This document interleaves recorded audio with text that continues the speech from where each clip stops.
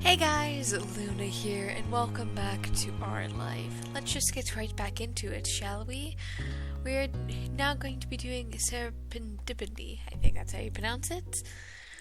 Light fluttered down through the leaves of an oak tree overhead, casting speckled shadows on the sidewalk all around you. There was a drop of sweat slowly making its way down the side of your face. You flicked it away with your thumb, slowing to a stop in the cool shade. The day had you out and about in town, and no hurry to go anywhere in particular. You had just gotten something to eat, and there was nothing planned for the rest of the afternoon. Your moms were at work, and Liz had left early in the morning to do something. You had no idea what. You took out your phone, idly noting the time when it started to buzz. The screen lit up in your hands. Speak of the devil, Liz messaged you. Come home ASAP. Before you can even begin to question why, your phone went off again. Nothing bad, you have to see this, so come back already. With that final message, you were only left slightly less confused than you were before. You hadn't seen much of your sister lately, so she'd been acting strange for days, always shutting herself in her room. Which wouldn't be so weird if at the dinner table she didn't suddenly start smirking to herself over nothing. The rare times you did see her, she would sneak at you expectant looks like she was waiting to be asked what was up, but all your questions led nowhere. She'd answer you with put up upon sigh, proclaim that she was busy, and tell you that she would have to talk about it later. No hints, no guessing. Whatever it was, she was determined to keep it a secret. Maybe now you'll finally find out what it was. You did an about face on this. As you did an about face on the sidewalk and started heading home, you received more texts. To your surprise, the name that popped up on the screen this time was Cove's. Did you hear from Liz? About something urgent thing you have to see? She messaged Cove too? You weren't surprised. Liz teased him about it, but he was like family. However, you're struggling to understand how he could fit into Liz's surprise. Yeah, I mean, it's definitely gotta be something, I'm sure. Why would Liz tell you her news? This might be really big. His reply only came seconds later as you waited to cross the streets. Come on, don't say that. It makes me nervous. Okay. Thanks. Are you gonna see what's up? I'm walking there now. Me too. Glancing up, you saw the light had changed to the walk sign while you were getting busy texting. You hurriedly wrapped things up, texting Cove a quick goodbye before crossing the streets. It was fine. You'll be seeing him later anyways. Not expecting any more messages, you put your phone away so you could walk without having to worry about tripping over the curb. Thankfully, it was a short trek home, and soon enough you are walking up your street, the familiar face of your house already in view. Thinking of what might be waiting at home left you entirely lost. And the more you learned, the more questions you had. They were all buzzing around in your head, and too many to try and pick out and make sense of. Lost in your thoughts, you almost didn't see who was walking up further the street, even from the Cove. Even from the back, the bright sea green color of his hair was unmistakable. You quickened your pace to catch up to him, the scuff of your shoes loud against the pavement. You heard it instantly, not missing a beat as he turned towards you and slowed his steps in sync. Hey! Hey, Luna. Hey, hi, here we are, at my house. At that, Cove gave you a wide smile. Here we are. It almost sounded like a question, wondering why the two of you had been summoned here. Any ideas on what Liz wants us for? You shook your head. The situation was out of character for your sister. Anything could happen. Well, I guess we should go in and find out. Taking his cue, you grabbed your keys and opened up the front door. Cove trailed behind you as you entered. You walked through the open door and peered about, not sure what you were looking for. From the entryway, you could see Liz pacing across the living room, her smiling gaze intent on her phone. You had caught her just as she had completed a turn. Behind you, the door clicked shut. The second she heard it, her head darted up at your direction, her features lighting up at the sight of you and Cove. Ah, you arrived, and together too. That's perfect, just perfect. She flashed you a radiant smile. You could almost see her limbs vibrating as if she was poised to pounce. Cove raised an eyebrow at your sister's bizarre behavior. You're in a good mood today. Liz only hummed playfully in response. Liz's eyes narrowed with a mischievous chagrin, and she let out a little cackle. So, lately I've been hard at work on a little plan of mine, and you two get the honor of seeing it all come together. Here it is. Surprise! She lifted a hand in the air to present the very comfortable but completely mundane living room. In the resounding silence, you and Cove glanced around again, and then made eye contact with each other. His face mirrored your bafflement. Is it the blinds? Then suddenly another voice rang out in the room. Surprise! Ah! Cove flinched at the shout, his shoulders shooting up his ears. Laughter came from your sister, as well as from the other side of the room. Your head whipped around just in time to see a familiar figure with freckled eyes and purple cap springing up from behind the back of the couch. Cove's mouth fell open, recognizing it immediately coming to him. Shilio? Hi, Cove. Hi, Luna. But I thought you didn't recognize us. Shilio greeted the two of you so casually, like he's been gone for 10 days rather than 10 years. But I thought you weren't the Shilio we knew.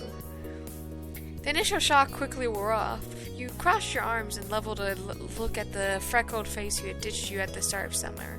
He treated you and Liz like complete strangers. Shield shifted nervously, angling the brim hat down as if to hide from your scrutiny. Liz tutted out your comments. Rude. Don't be rude, I'll explain. When we got home that day, I changed my mind about letting you go. Why do I have to? Social media exists, right? So I thought, why not finding him and sending him a little reminder message?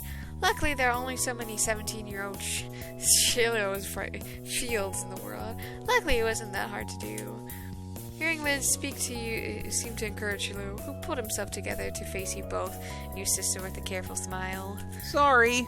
I'm really sorry about what happened. When he talked to me that first time, I was in the middle of a tour for a school field trip. I couldn't get separated from the group and didn't expect anyone to want to be talking to me. I was so worried about getting back to everyone else, I didn't think too hard on what you were saying. But when Lizzie's message showed up, everything suddenly hit me. Lizzie, Luna, Cove, you were the kids of Sunset Bird, back when I was a little kid. There's no way I could forget that, not for real. I do know all of you, and I'm just so happy to get to see you all again. I have Lizzie to thank for that. My mom was already planning to take a short trip near here for the summer. Well, if my mom could bring me along, Lizzie offered to pick me up and bring me the rest of the way here so I can meet that neighborhood again. And that's why I decided to make the big reveal instead of outright telling you two when I got back in contact with Shilio. Which, honestly, kind of surprising. Once again, she lifted a hand in the air, properly presenting that long-lost childhood friend we all shared. So, ta-da! You're unsure how to feel about it. I mean, it has been 10 years. You glanced between Liz's face and Shilio's. The expectant smile she wore had you reflectively smiling back, but your heart wasn't in it. Cove blinked slowly, still a little dazed by everything that was going on. Uh-huh. Okay, I'm gonna get some water. Don't disappear or anything. Padded off to the kitchen. No need for a chaperone. He knew where the cups were. Wow, you really surprised him, Lizzie, and Luna too. Did you see their face when I appeared? Yes, I did. Liz patted the cushioned front of the couch. Make yourself comfortable. You don't have to keep hunkering down behind there anymore. With a laugh, Shilio crossed around the backside and took a seat, but maybe it was awkward being the only one sitting because he kept idly twitching his fingers. You could hear him humming to himself, a nonsense tune with no real melody, something to keep his voice busy. Being here again could be more nerve-wracking than for him to he let on. Cove's soft voice announced his return. He paused to drag the back of his hand across his mouth, wiping away what water droplets lingered there. Hi, Shilio. Welcome back? At Cove's confused greeting, Shilio laughed cheerily. Thanks. Thanks. I think it's amazing we're all still here in the same neighborhood, just like how we were all back then. Shilio sighed happily at the moment, as Cove raised an eyebrows and gave the room a considerate glance. Hey, this is where we first met for the first time, remember? Right after I moved in, me and Luna were brought down here to have a playdate with you. Shilio laughed, his eyes downcast as he fiddled with the corner of his collared shirt. You met on the hill behind the house. What? The two of you ran away from the living room because Cove didn't want to meet me.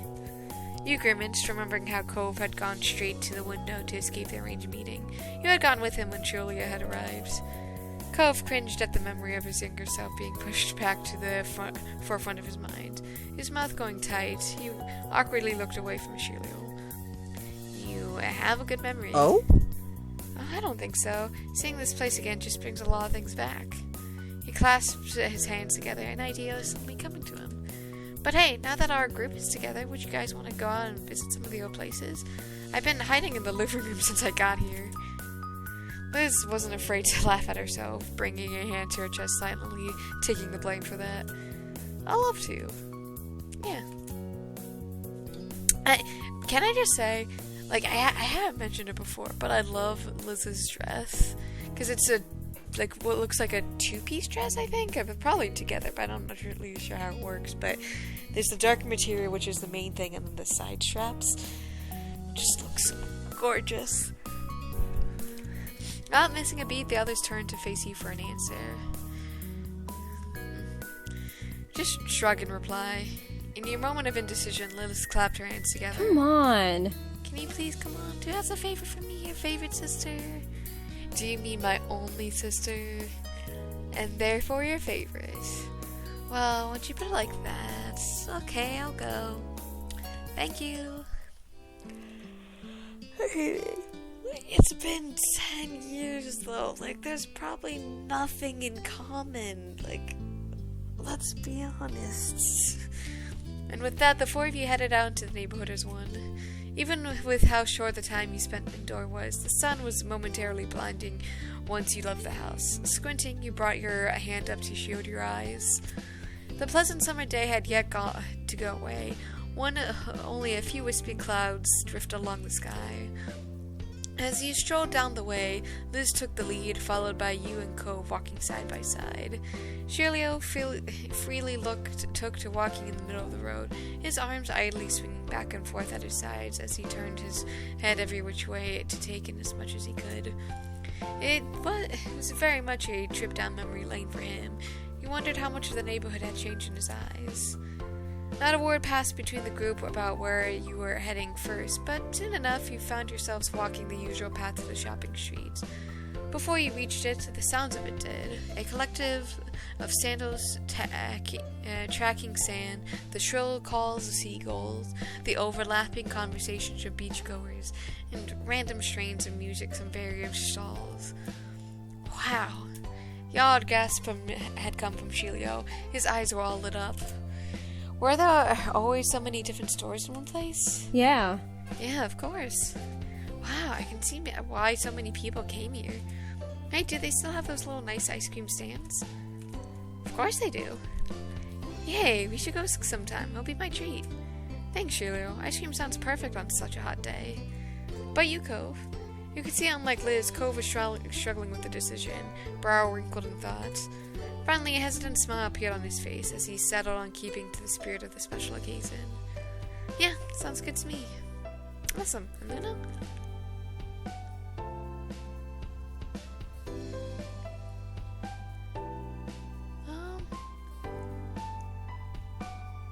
I'll buy one for me and one for you, Shlio. Oh! Alright, what? Shilo's voice rose an octave, so taken off guard that you offer such a thing. You never let me do anything for you when we were kids. Now that you're here to visit, you gotta let me treat you for a change. Oh, that's really sweet. Red-faced Shilo gave a helpless chuckle. Alright, I'll like it a lot if you paid for me. You're pleased to hear that. Shirley was still his overly generous self, but not everything was the same. If it had been that time for one of your kids, the two of you might have gone back and forth on this forever. Liz, not so subtly, sidled up to her shoulders bumping against yours with a smirk. What a goody two-shoes. You rolled your eyes at the childish insult, but you knew she didn't mean it. She was still happy to see you getting along with Shilio. The four of you continued to walk as ice cream plans further discussed. Are you getting a popsicle, Lizzie? Yes. Hearing that, Shilio smiled shyly. I thought you might still like that. I'm gonna get an ice cream cone. Shilio began to turn to Cove, but before he could ask, Cove offered up his choice. I'll get an ice cream sandwich. I'm gonna get an ice cream sandwich too. It's a good choice. Cove gave you a quick smile at your matching preference. So you still like those? Cool. Yep. There is an ice cream stall further up the street across the souvenir shop displaying postcards of the seaside and saltwater taffy in the windows. The stand itself is already hard to miss with the pastel pinks and blues and its eye-catching poster boards listing every individual flavor. It was impossible to ignore once the catchy little jingle played from its speakers was added. Shiloh greeted the owner and began picking out the treats that everyone had chosen. He paid for the others, stepping aside to let you pay his as he handled the rest out to their respective owners. You picked out your choice too and added that to your purchase. Sinking your teeth into your ice cream sandwich, you relished the sweet chill it left on your mouth. Liz was right. This was the perfect treat for a summer day. Around you, everyone was eating at their own pace. Liz held her popsicle away from herself, careful not to let it drip on her dress. She was trying to go about eating it as delicately as she could while Shiloh dug into his. Counted only 2 or 3 bites before Cove had devoured his sandwich. Shiloh laughed, also noticing the way that Cove inhaled his food. It's already finished? Cove shrugged a little in reply, his attention more focused on crumbling up the sandwich wrapper in his hands.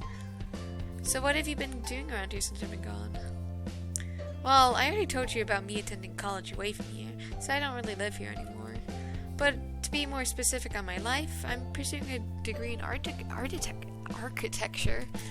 Shiloh perked up at that, his mouth falling open in awe. Amazing. Thanks. Actually, I was thinking about it, and the first time I really decided I liked buildings and building them was when you and I would make the sandcastles on the beach. Aww. Oh, Lizzie. At such a sincere admission from your sister, all Shiloh could do was blush and lower his head, too flattered to know what else to say. Liz laughed, just as flustered, though she had been the one to say it. The atmosphere was awkward, but not unpleasant. Shiloh shyly glanced over at you and Cove. Then, what about you two? What have you been up to? Oh. Me and Luna just graduated. High school, I mean. I get a part-time job. I volunteer at this organization to clean up stuff, things like that.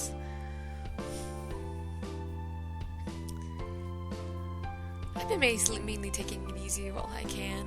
It's summer after all. I want to make the most of it while I can. Cove nodded alongside you. It was a sentiment he shared. Shiloh just seemed happy to hear it. Great! Being around him again was a little like picking up an old forgotten habit. Clunky at first, but as the 4 of you talked, it started to come back more naturally. And when one of you ran out of things to say, suddenly someone else remembered something new. Oh, right. Do you remember those mean old not actually grandparents that used to live in our neighborhood? Yeah, they were so mean. Well, they're not here anymore. Oh no. They're not spending summers here anymore. They're still alive. Thank goodness. It helped that Shiloh was just eager to hear what had gone on in his absence, as people were to tell him. Soon, everyone threw out what trash they had in a nearby garbage can as your group made their way down the beach. Going down the shore inevitably led to a certain spot. It didn't take long for Shiloh to recognize what was in the distance. His words trailed off in the middle of a sentence. His foot fell out at first. It's a playground, isn't it? Then all at once, he broke away from the grip and dashed right over to the old park, giggling as he ran. Oh, everything's so small. His laughter petered out as he came to a stop by the swings and grabbed one of the support poles. He walked in a little circle around it, marveling how easy his hand wrapped around it in its entirety. Emboldened by Shiloh's enthusiasm, Liz plopped herself down on one of the swing sets, only to instantly show an impression of regret. There was no way she knew he was comfortable. Words. There was no way she was comfortable in that tiny seat so low to the ground, not with how she had to scrunch up her legs to fit there. Shiloh creeped up behind her. He took a hold of the chains of her swings, one in each hand. Seriously? Seriously, what are you doing? And with a grin, Shiloh started walking back. Liz shifted in her seat to look at him. You can't not be trying to push me. These are made for kids. It's never gonna work. But Shiloh just hummed and kept pulling it back. Resigning herself to her fate, Liz tucked her legs up as much as possible as Shiloh moved her hands to her back. With a running start, he got her forward as far as he could go before jumping out of the way. Liz had her eyes squeezed shut, a screech escaping for her as the swing started falling backwards, and when it swung back around, there was Shiloh again to push her. She couldn't kick the ground like when you were kids. Her legs were too long for that now. But Sheila was still pushing enough to keep the momentum going. The air was filled with their wild laughter and almost rhythmic jangle of the swing chains. Cove sat against the bars of the jungle gym, wearing a bent smile as he watched them. He was fiddling with something, turning it over and over with his hands. When he craned your neck to get a better view, he was literally lifted it for you to see. It was a piece of a shell, one side rough and molten gray, the other side completely smooth, revealing a faint blue sheen when he caught the lights. I sat on the beach. It's nice, isn't it? Yeah, it's a good one. No, I meant Shilio. He seems more confident than I remember.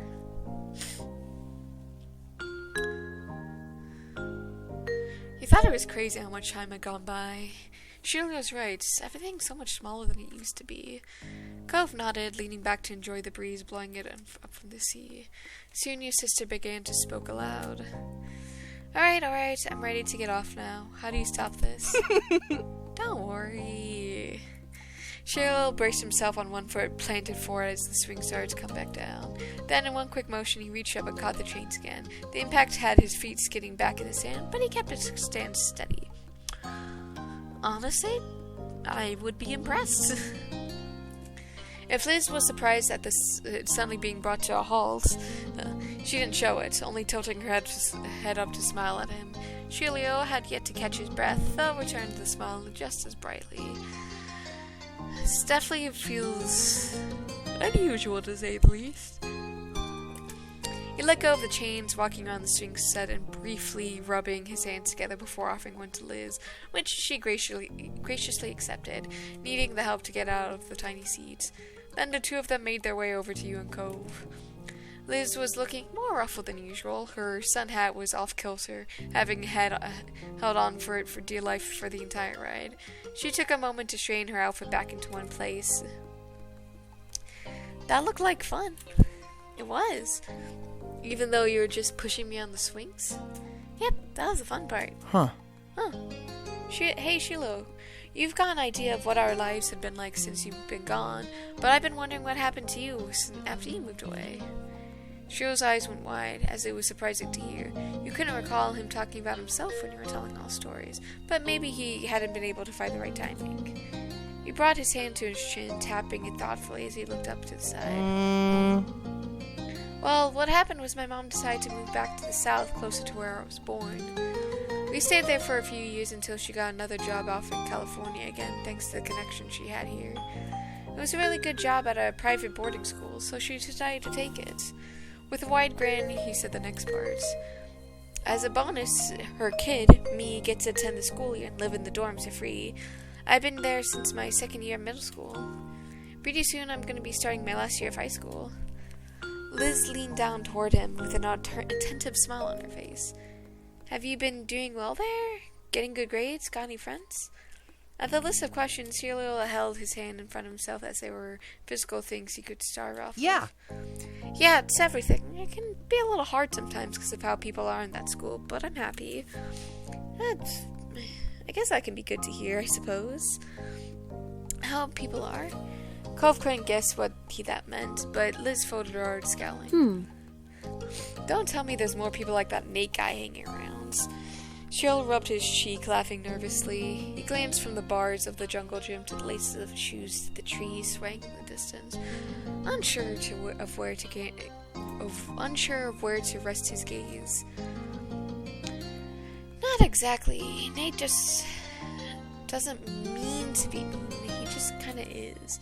He's the school's #1 performer for athletics and academics. He always takes on so much responsibility that's only possible when he can finish it all. He always takes on so much responsibility that's the only possible way.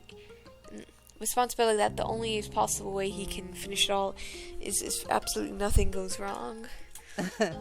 But that's impossible, so he's always stressed and ready to snap. He can't just handle when someone seems to be causing a problem. That's why during the field trip he was upset when I went off on my own like that. Still, he's really smart and reliable and sensitive, and he cares a lot. Most of the time, he doesn't even realize his way of dealing with stuff upsets other people. Cove had a patient smile on his face, listening earnestly as Shirley rattled off the list of Nate's good traits. You know him pretty well. Are you actually friends? Well, not exactly. Me and Nate are in the same after-school group. About once a month, me and 6 other students and the supervisor get together to talk. Well, it did last year, and I think next year it's going to be the same group again. I hope so.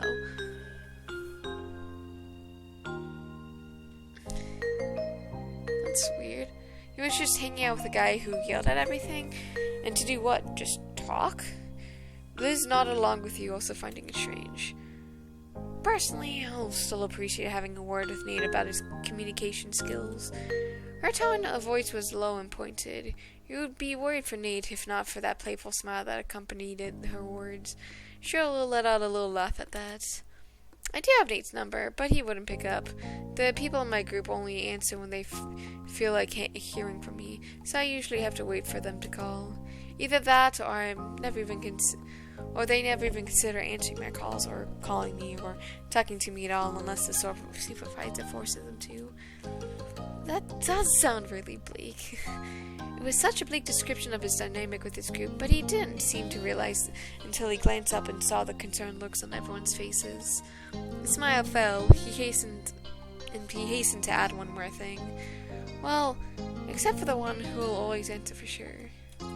Well, she immediately perked up. Really? So that's a friend of yours? He hesitated to answer, something Cove picked up on. Not exactly. Yeah, I'd like to be friends, though. Alright. Liz crossed her arms together, once more grim-faced like she was the commander of a ship about to lead her little crew into battle.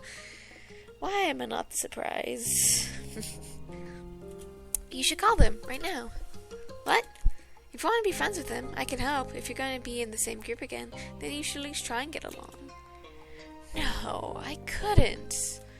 He quickly grew flustered, his tongue stumbling over his sentences. I don't want to be a bother. I mean... Liz, what are we gonna do? Watch him while he talks to someone on the phone? No, Cove. Shilio. The last of Silio's name trailing off into nothing. It soon became clear that Liz had not fully thought out the plan yet, but she wouldn't be Liz if she had just stopped there.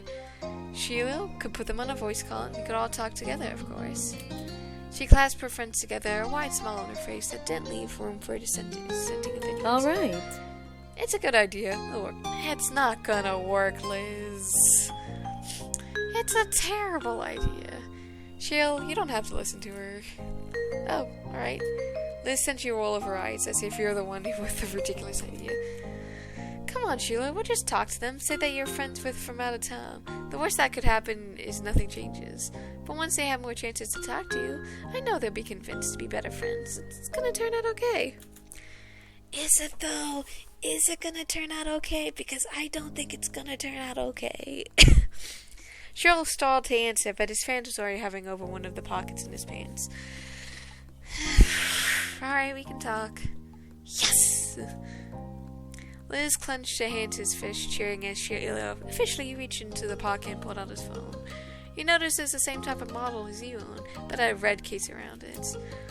The screen lit up as Shirley requested a video call with some number in his context. None of them had on the list had names. He must remember what number belongs to what person.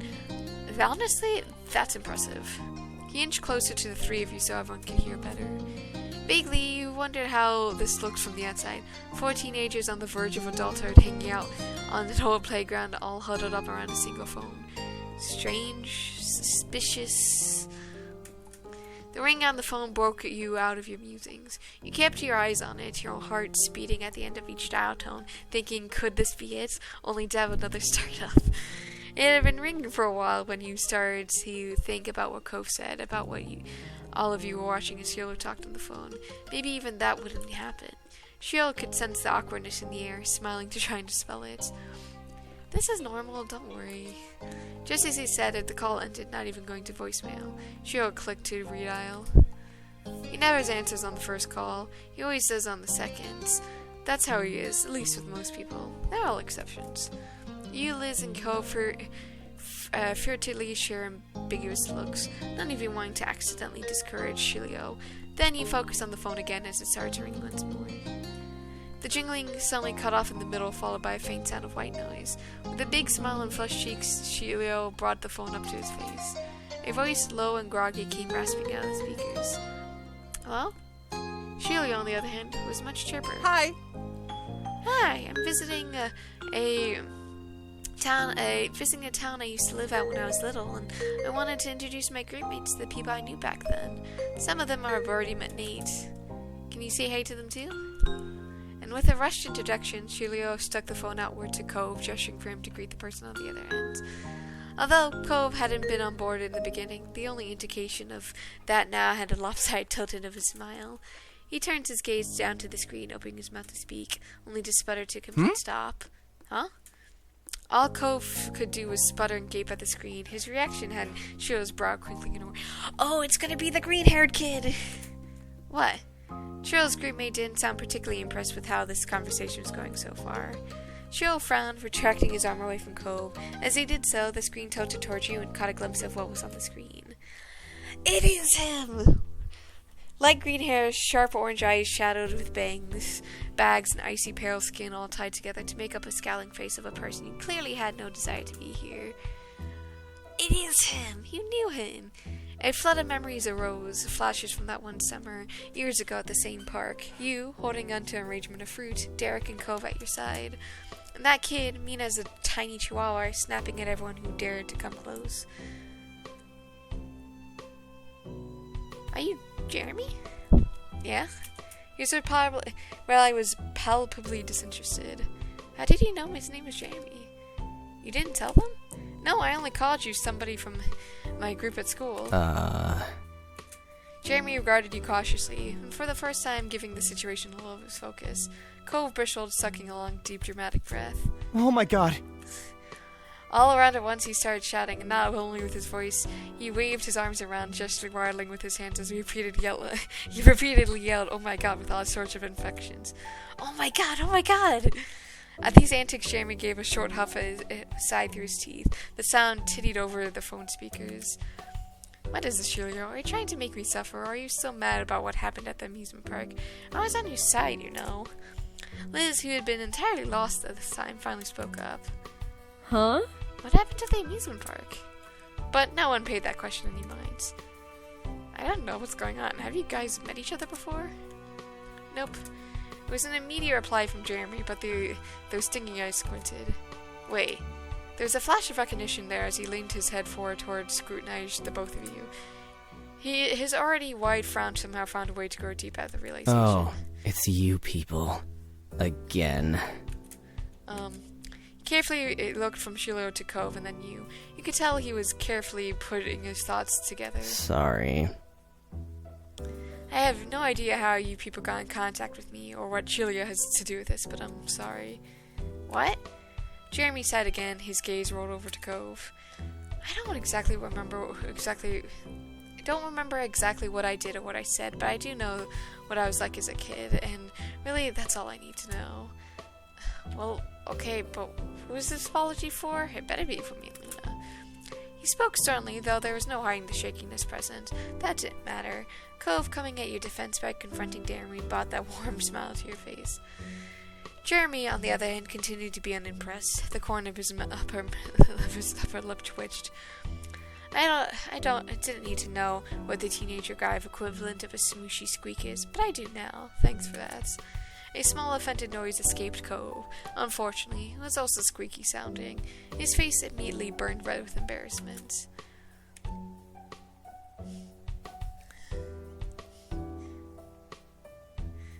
What a perfect description. Cove is exactly that. A large grin spread across your face, and a small laugh tumbled out. You didn't need to look at Cove to know that he was pouting. Jeremy didn't react at all. He continued watching the four people on the other end of this unwanted call, lackluster. Whatever. Apologies forever. Anyone had to deal with me back then. They weren't having a good time. He shrugged. Jeremy's focus cycled from you to Cove and back. I kind of remember what happened, I think. You were sensitive and you tried to be nice. What a tragedy that was. Jeremy tilted his head to Cove's way and then to yours, respectively.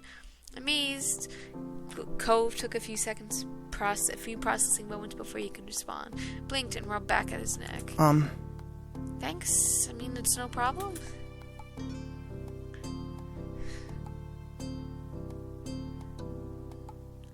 I accept your apology. Thank you, Jeremy. This moment was the absolute last thing you expect today, but you couldn't help but be pleased it happened. Whatever. Following Cove's eyes, you watch it dart from Shiro to Jeremy, openly wondering what had happened to Jeremy over these past few years. So, you're nice now? Nope. I don't throw tantrums or pick fights anymore, but I'm not nice. Jeremy shook his head in disbelief. That squeak toy comment wasn't a compliment, you know. I don't have the energy to get angrily worked up like I used to as a kid. It's all pointless anyways. Now I'm just miserable. His tone was even grumblier than usual and dragged the syllables out on the last word for extra emphasis. Well, Nakra laughed to escape Shilio, then his mouth pulled out into a demure smile. Don't let what Jeremy says about himself get you too down. He's got people who care about him, and make sure he's okay, like me. Don't listen to Shilio.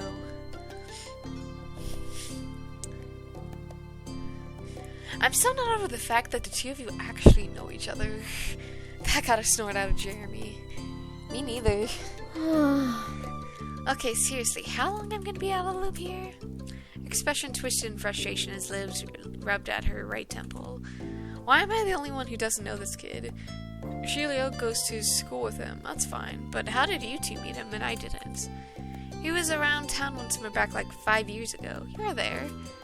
Liz crossed her arms and stared unconvinced at you. Is that all? While Liz seemed to be a bit underwhelmed, Shilio appeared to be utterly amazed. You had to hold back a small laugh. Really? You knew Jeremy as a little kid? What was he like? I've only known him for like a year and a half. Well... His voice immediately hushed into nothing. You could see Cove whinge just thinking of those past encounters.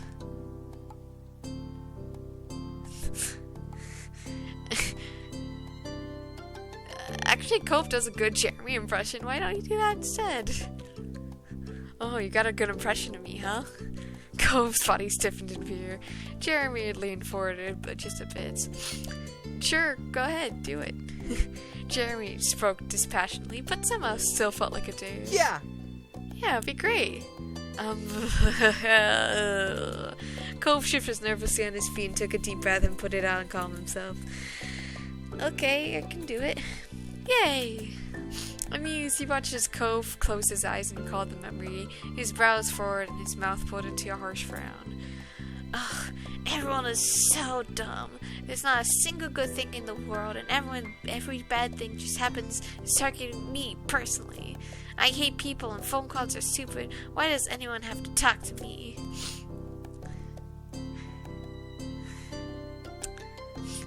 Going on vacation is torture. You couldn't help yourself joining in. The shrill tone in your voice broke over into a fit of laughter. Jeremy's expression didn't give a single sign of what he might have been thinking. He stared blankly for the duration of it all. Yeah, sounds about right. That would be awkward. I could probably do an impression of what I remember you being like back then, but it doesn't seem like you've changed much. I don't want to make you cry. That would be awkward. You could feel a Cove bristling next to you as Jeremy spoke so matter-of-factly. It was hard to tell if he meant to be rude or was just making an honest assessment of Cove. Either way, you could tell that your neighbor was taken aback by how Jeremy quickly turned the tables on him. At that confirmation, Shilio burst into an uncontrolled laughter. Even when he calmed moments later, gasping for breath, there was still a wide grin plastered on his face. I can't even imagine Jeremy being like that. I can't imagine him not being like that. They both chuckled again, Cove's mouth opening pulled into that smile. I mean, Jeremy hasn't made fun of my eyebrows once this whole conversation. Unbelievable. Huh. Jeremy blinked and focused all his attention on Cove. His eyes unmistakably narrowed in on the eyebrows. He didn't say anything at first, and then his words came out in a mumble. Makes sense. I guess insulting eyebrows was just what I did as a kid. What do you mean? What do you think it means? You aren't the only kid in the world with bad eyebrows. And you're not the only one I picked on it for it. Seriously? I wasn't? You couldn't help yourself, could you? Nope. Wow, so what makes your eyebrows so bad? Are you curious if you're better or by terrible eyebrow standards at least? No. Sigh. Sigh. Incredulously, Cove looked back from Jeremy to you, and then back to him again. You had to question if he heard that right. He spoke the word sigh instead of actually sighing. Noticing the reaction, Jeremy sighed for real, but he continued on to answer Cove's question. The guy had particularly odd hair coloring, white hair bowling on the top of his head. Every other strand of his body was dark brown, including his immensely bushy eyebrows. He was born that way, it's not dyed. So you were scarred. So you were the scarred boy with dumb wavy eyebrows, and he was the white-haired boy with stupid caterpillar eyebrows. Ow! Unexpectedly, a loud gasp from Sheila at that description. No, you picked on Pran for his eyebrows? I did. I'm sure you find that hilarious. No, that's not very funny. So he said, but Sheila was smothering laughter. That unconvinced note in Jeremy's voice didn't surprise him. Okay, wait, give me a second, let me just... Jeremy rolled his eyes in the slowest, most exaggerated way possible. When he made a complete circle, he spoke flatly while Sheila broke into a fit of giggles. There. Who's Pran? Does Sheila know him too? Well... Jeremy and Pran known each other for a long time. They managed to go to the same boarding school later on. I met them both there in the last spring of last year. We're all quitmates.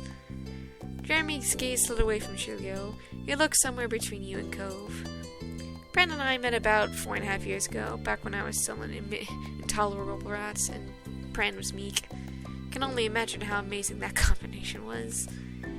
Yeah, must make those group meetings awkward. Nope. Somehow, some way, for some reason, Pran chose to be stubbornly stick with me for as long as we've known each other. He's my best friend. What?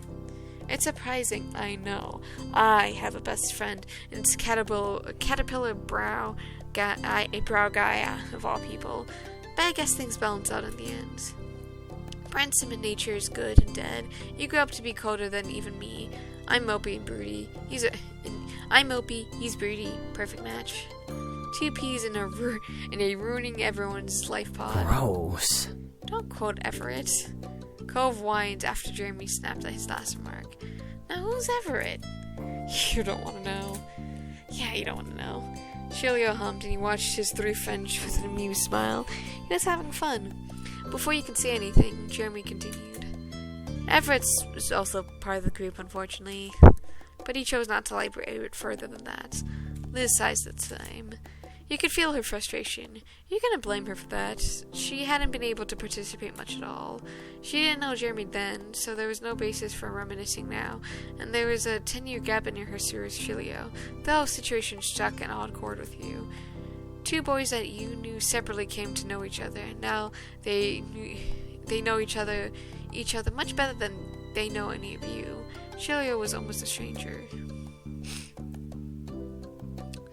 on the same page as Liz. You felt down. While on the surface it was fun, at the end of the day you didn't really know either of them. It was uncomfortable letting your reality sink in. Shilio was almost a stranger to you. Turning to the three of you, Shilio smiled apologetically. You wondered if he was picking up how in the dark you, Liz, and Cove were feeling. He was perceptive when he wanted to be. At least that's what you were remembering of Shilio. You knew what he was like now. Hey, is there anything you want to hear about Jeremy? I can tell you all about him. You should get to know each other better. Don't do that. I'll be okay. Jeremy whined, but Shilio brushed his complaints off. He remained happily focused on the rest of you, and Liz seemed to perk up at the conversation shift. That sounds great. We should get to know Jeremy. So who wants to go first?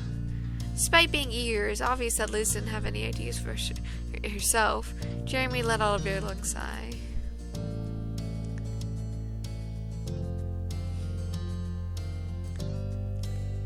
When's his birthday?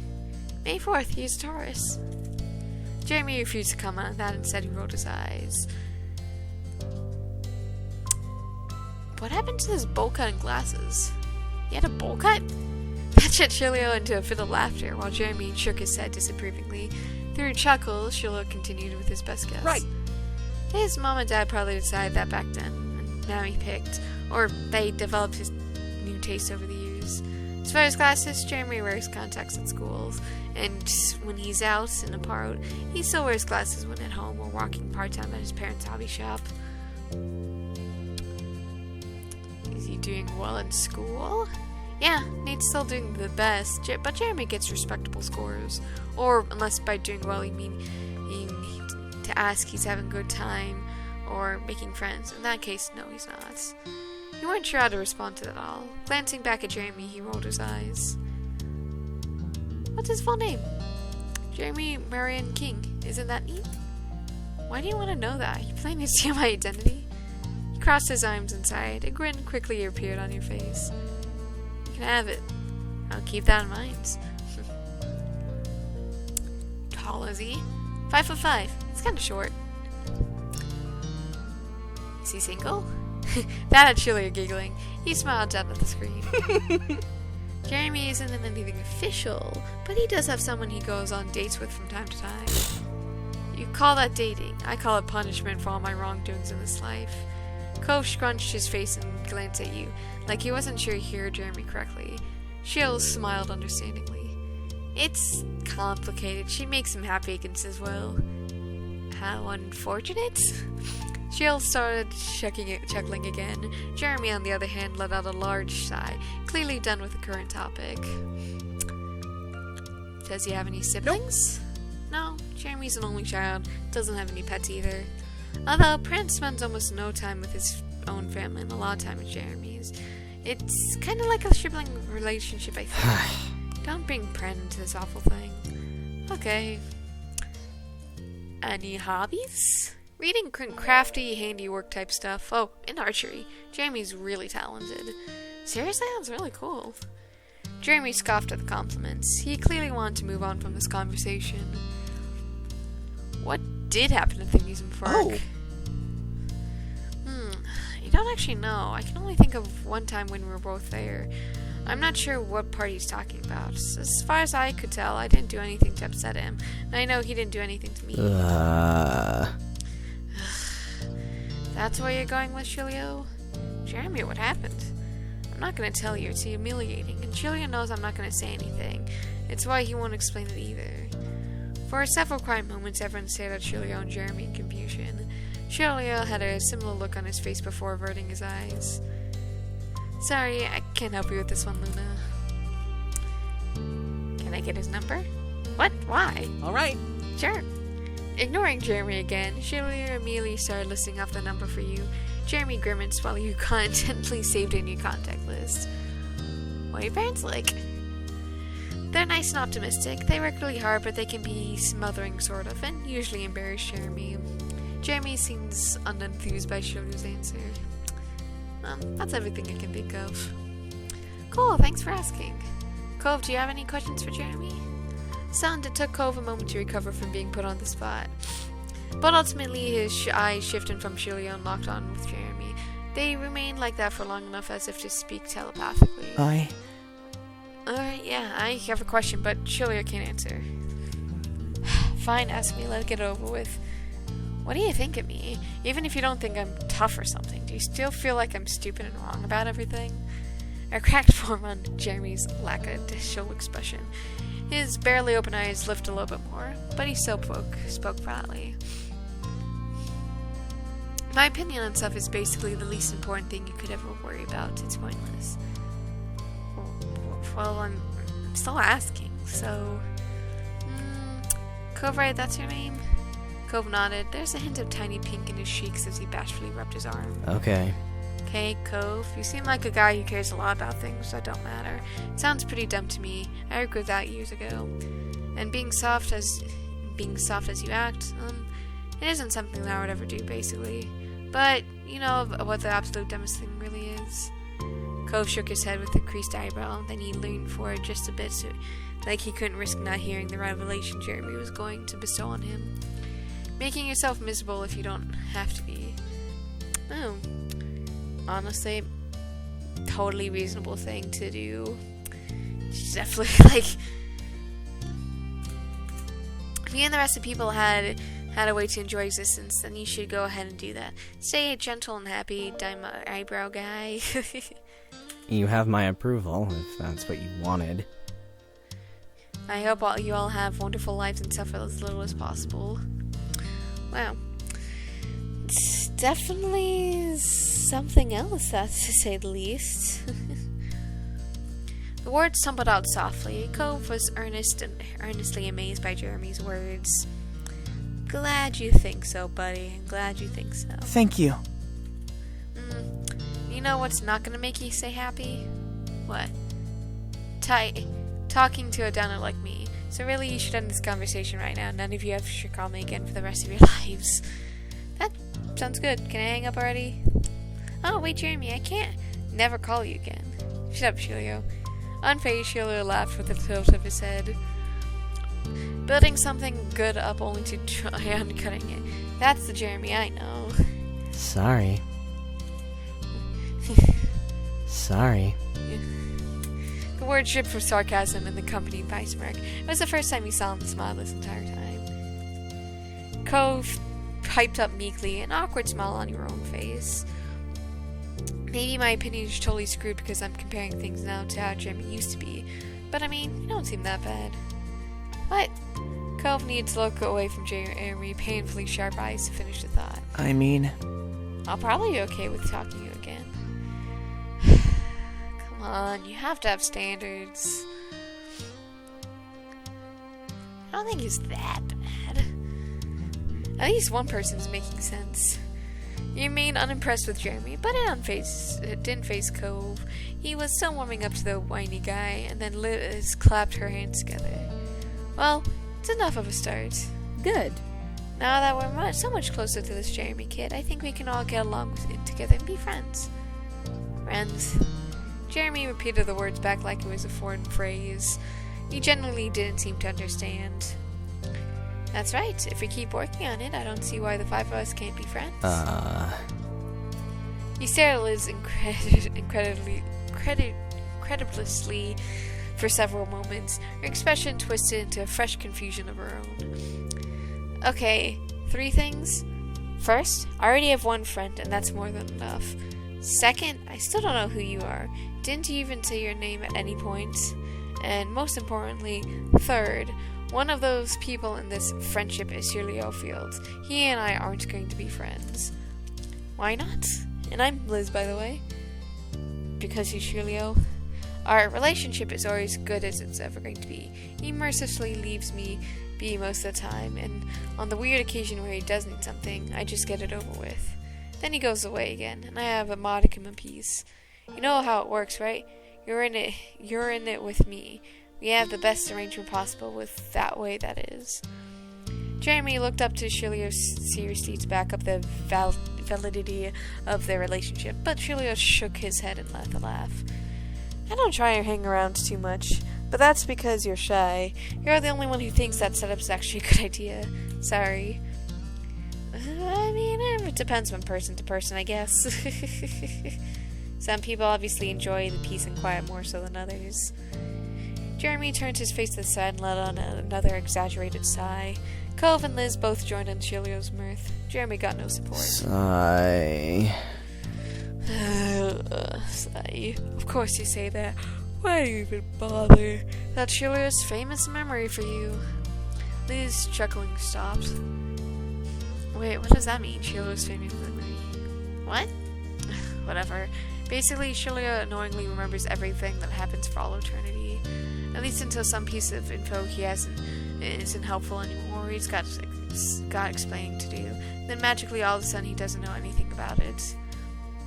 His boldly inconsistent recollection of situations is pretty much a running joke. It's Shirley's tick. One of them, anyways. A scowl dug into Liz's face as Jeremy spoke.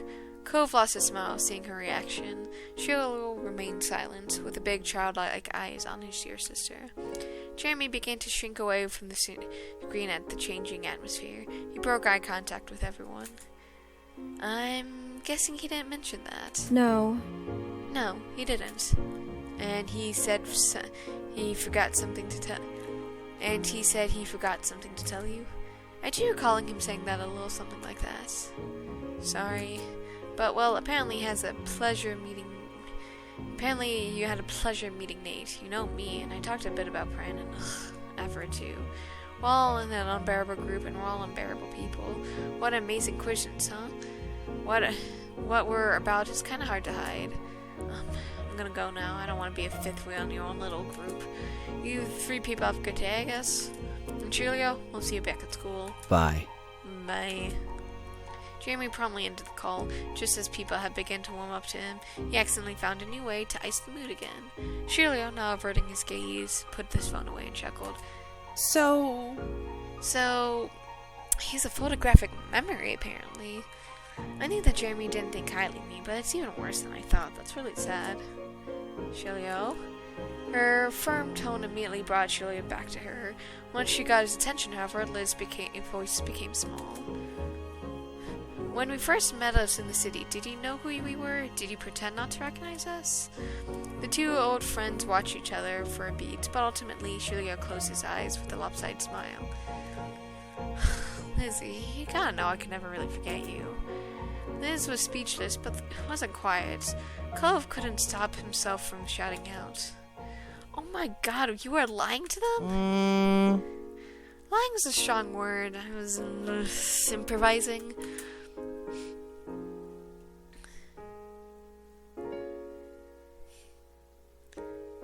You didn't really mind, but instead concerned about why he felt that was the best option. Did he dislike you that much, or was it something else?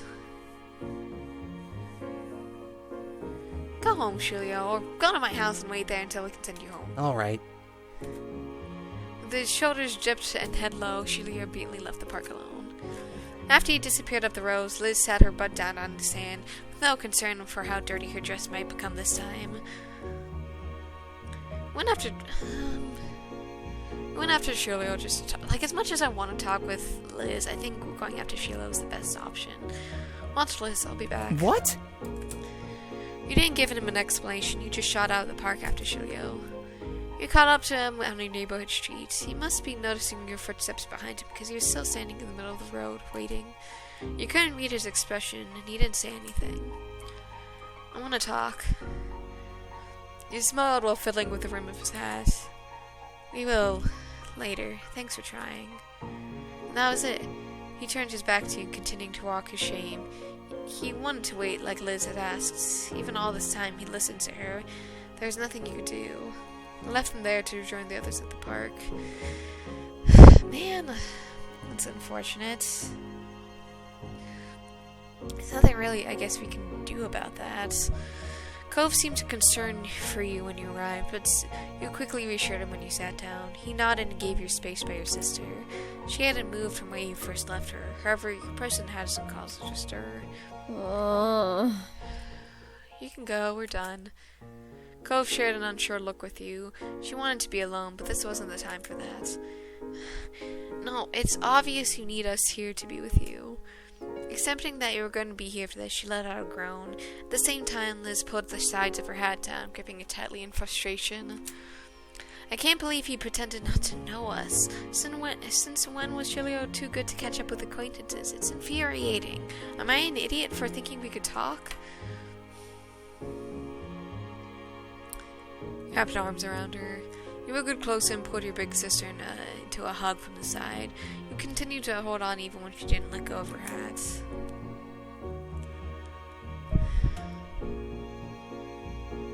She don't lie to us. That's not your fault. Seriously, he's a tool. Fine. I know I shouldn't care. It doesn't matter if one person doesn't want to be my bestie. He's not the greatest man on earth. I'll be fine. But I even brought him here all the way from the other side of the states, and I didn't even know why he did any of this. Liz finally removed her hands from the brim of her hat in order to rub at her temples instead. It blows. Cove snorted some nervous laughter at the unexpected phrasing. She didn't mind it.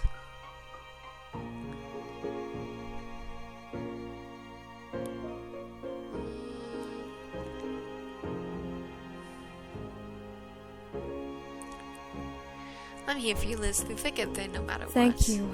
Thanks, baby kiddo. She squished you tight and rocked you back and forth in a dramatic hug. You let out a Cove-like squeak. Love you. Love you too. What's family for?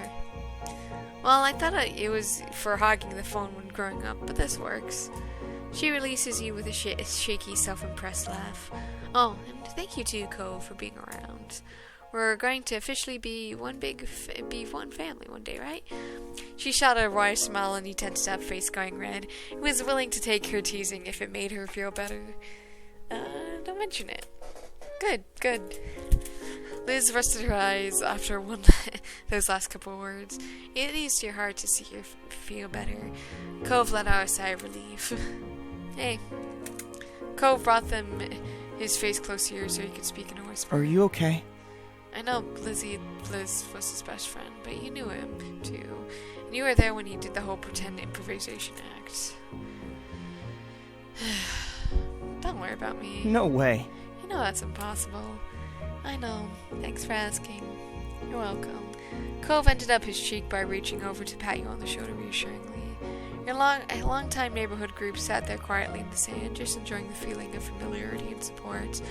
You weren't entirely sure how much time had passed, but you were eventually caught off guard by the soft call in the distance. In unison, the three of you turned your heads to the sound, and there was standing at the edge of the playground was Shirley himself. He waved. He waved back. It was a simple sign to show you didn't reject his reappearance.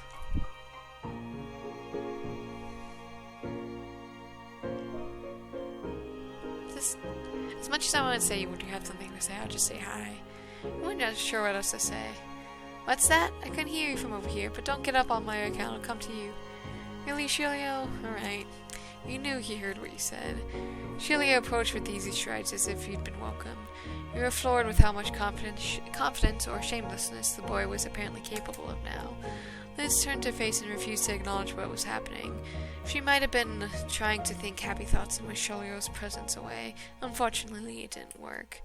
When Shilio arrived, he plopped down in the sand with the rest of you, his legs folding crisscross. Hi. Get lost, Shilio. I will, in a minute. What do you want now? Well, I figured if you ever want to talk to me about after you had some space, I ought to let you do that, even if you're going to yell at me. Liz finally faced him to be free to snap at Shilio with full force. And why in the world would you think that? Unfazed, Shilio looked back at her softly. You haven't changed that much, Lizzie. You're the one who found me online when I brushed you off earlier this summer. When have you ever preferred leaving something unresolved in the end? You didn't even get a chance to make me explain why I did it. I bet you're dying to do that. Liz ground her teeth, quietly fuming. Surely I called her right, and that was sucked for her. Alright, fine, I'll bite. Give me your excuse. Give me your excuses. Well, mostly it was really bad timing. I could have handled it a lot better if I had known I was going to see you that day, and there wasn't a self-appointed hall monitor dutifully watching me every move people made.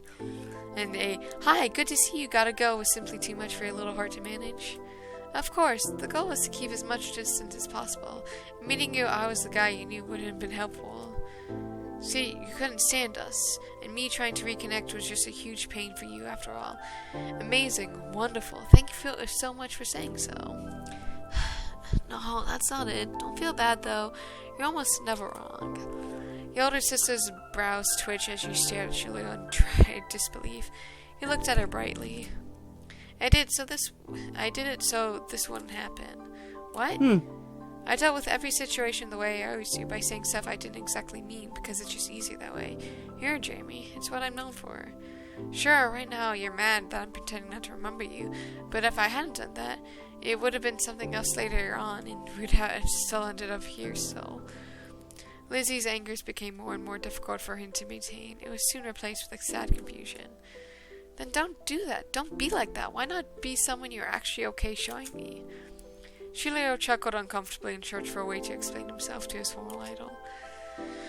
I wouldn't have made you sad if I could have avoided it. I mean, I thought I could at least finish this visit without issues. Jamie wasn't someone I expect to call me out. That's pointless to him usually. But I'm not going to be someone whose personality revolves around making you happy. No matter how much I follow others, it wasn't for them. Every decision was mine. I couldn't be in charge, so being a sidekick was the best option for something I did for my sake. I chose to let people be the boss when it was needed, when it was what I need, and I chose where to stop it. And the best I could do for you now is spare you from dealing with it. I'm not as earnest as you are. I'm not as nice as you are. I'm always like that, even as a kid. Back then, I wanted to fit in, even if it meant excluding someone else. If they're the odd one out, that would mean I wasn't. Finding my place got here harder when Cove moved in. It was a good thing for everyone that I ended up moving sooner than after that.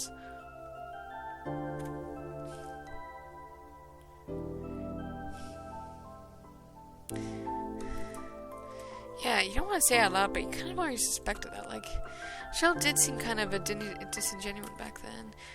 I knew that's essentially how you were back then. You were being a scaredy cat who wanted someone else to defend you. Jeez! I simply imagined that in the past 10 years you grew out of that and learned how to speak to others like, I don't know, an actual grown-up and human being. Well, in my defense, I'm not an adult yet. I won't be 18 until later this year in October. October 30th. You remembered. So did you, punk.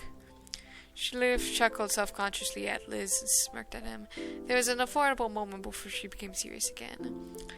I liked it when we were kids. I wanted to know you now. That's what upsets me most. The idea that you only want to be rid of your old friends. Aww. Lizzie, you're too good to need someone like me in your life. That's the truth. I'm not worth the effort. Except with the unusual people who had odd tastes. Then she straightened up in the sand, brushing her sand back out. That is an incredibly annoying thing to say. It's insane. You've only changed in stupid ways and stayed the same for the rest. That's fair.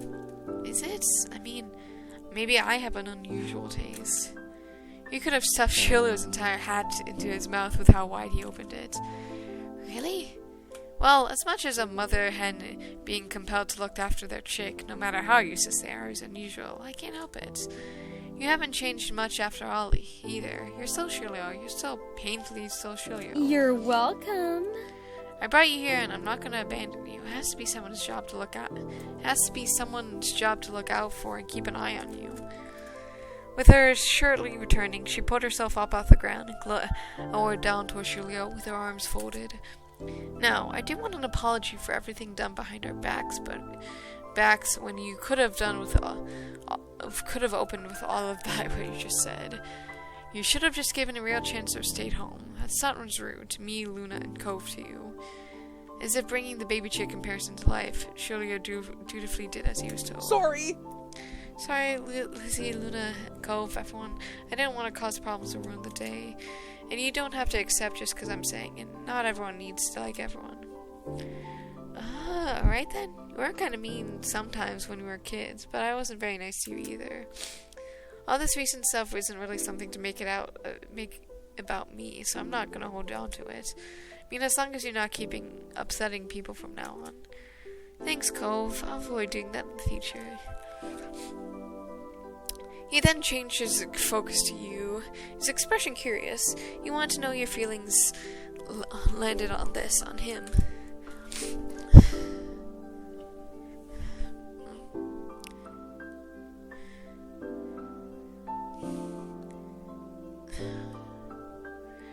Were you pretending to have a good time with us today? No, it was really good to come back with the old neighborhood and see you three. I only guess it would end badly, so I try not to get in the situation in the first place. Luna, do you want to stay for what's left of the evening? You don't have to. As you got to your feet, you thought about it. You did, and there was a reason for it. I'm kind of interested to see what happens next. I'll stick around. A sly grin went across your face. Sheila looked at you for a moment, and though you caught a mischievous glint there. Oh, that's nice. I hope this works out in the end, because he seems like a decent kid. Shirley jumped to his feet, straightening his cap on the landing. Lynn would be so proud. You didn't all leave. Cove rose as well, but with a groan. Another group mate? Nope.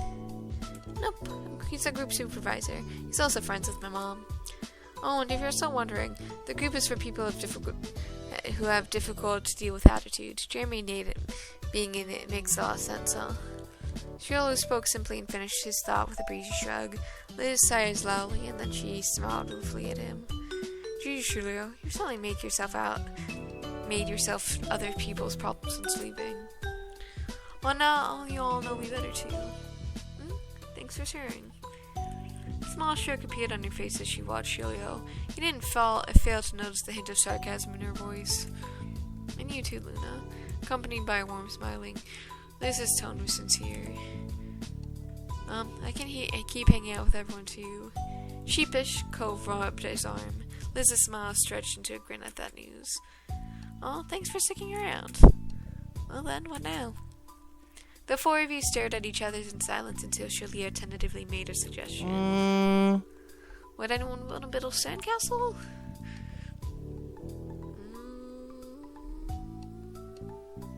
That sounds ideal. Your older sister began to truly relax again, and you were glad to see it. Glancing at Cove, he nodded in agreement with Liz. It's been a while since any of you did that, huh? Let's do it. And we agreed. Come on, gang, let's play at the beach. The sun was far across the sky when the four of you trailed down from the park to the shore in a comfortable silence.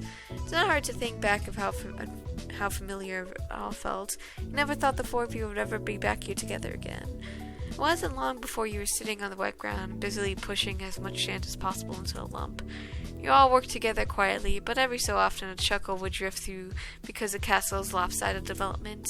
At one point, Cove stretched his legs out completely, and the incoming waves started reaching his toes. He initially was caught off guard and almost jumped into the castle, but ultimately didn't resist the water. After that, the group worked with purpose to finish before the ocean could tear it all down, even though Liz still ended up taking time to be particular about the castle's rudimentary design. Julio, of course, backed up all over planes. Cove was a dissenting voice, wanting to keep things a little more laid back. Things got pretty boisterous. Being there and doing this with Cove, Liz, and Julio, it felt weirdly different, yet weirdly the same. So... What happened with the amusement park? You were pretending not to know, weren't you? Yeah, pretending not to know makes no sense. Both you and your sister glanced at Julio, silently re-asking the question under the weight of all the three of you taking turns to ask about it. Julio finally gave in. Might have an idea of what he meant. So... The thing is, there's someone we're both familiar with, and she asked Jeremy to the amusement park one time. He accepted, but just complained about it, so I suggested that maybe me and her should go together. Jeremy also agreed that would be more fun to go around the park with me. That's what he meant when he said when he was on my side. She still went with him, and now Jeremy's embarrassed to admit that... to admit not that he was turned out, but that he was the preferred option then. It's hard to believe. Anyways, Jeremy could think that I'm mad I got passed over, but it doesn't matter if she said yes or no. All that counts is she knows that I'm totally there when she needs it, and she does. Sure, Julio, you're so reliable. I know, right? Okay, thanks for telling us. You're welcome. Smiling to yourself, you watched the three of them absorbing the moment, which is nice, and you hoped everyone else was having as much fun. It was so incredible that you were able to have another evening like this in your life. And getting the fond feeling of serendipity wasn't only for Julio. You also had gotten a sort of closure with the old villain of that one summer long ago. Just like old times, the four of you stayed on to the beach until nightfall. The moon was high in the sky. Then the time had come to say goodbye. Shirley needed to get back to his mom and back to where his child truly was now. Before leaving the beach, Julio pulled you aside and gave you his number just in case you wanted to keep in touch. Liz already had it, though he wanted to give it to you personally. You weren't expecting that, but it was comforting to know that this didn't have to be a permanent goodbye. The four of you walked up to the neighborhood street as one, tired smiles covering the familiar faces around you. The wind gently blew by and sand dragged behind you, and a hard grasp to a feeling of contentment carried you through the end of the road. It was a good night. After that, Julio disappeared from Sunset Bird once again, though this time it wasn't heartbreaking or hard to understand. This time it was just another part of life. Which, it definitely feels nice to know that this is the case this time around. And it helped that Liz her own phone and laptop and could easily check in on him from time to time. That was nice to you. Well, that was certainly something.